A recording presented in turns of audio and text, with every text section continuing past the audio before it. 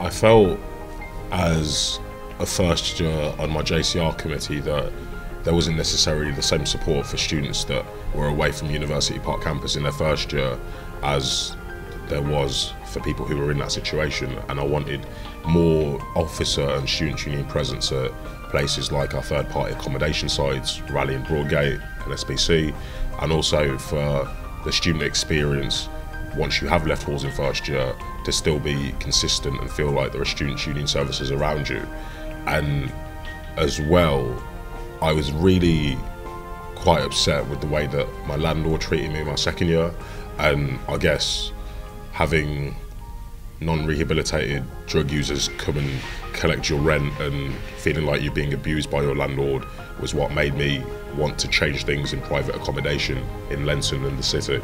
So that's why I ran for community officer.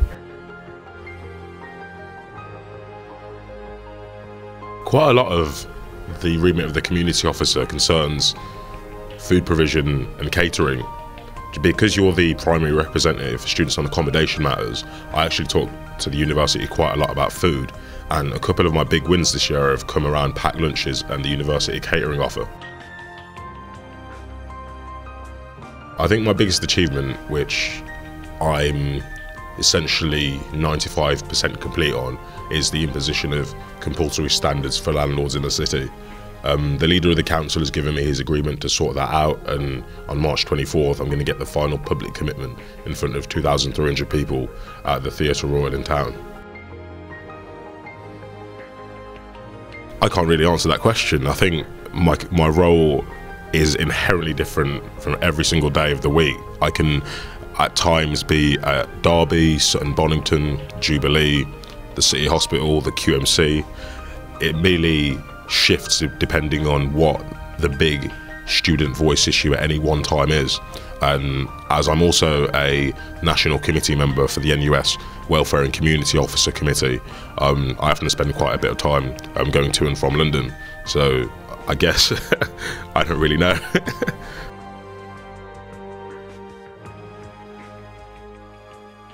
Yeah, I think there is a lot of intermeshing with the different officer remits, because other officers are responsible for a specific area of the union or its services or its delivery, whereas I'm in charge of a specific area outside. So, for example, Chloe and I do a lot of work together around catering in the university food offer, and I often give the joke dichotomy that Chloe deals with welfare on campus and I deal with it off it.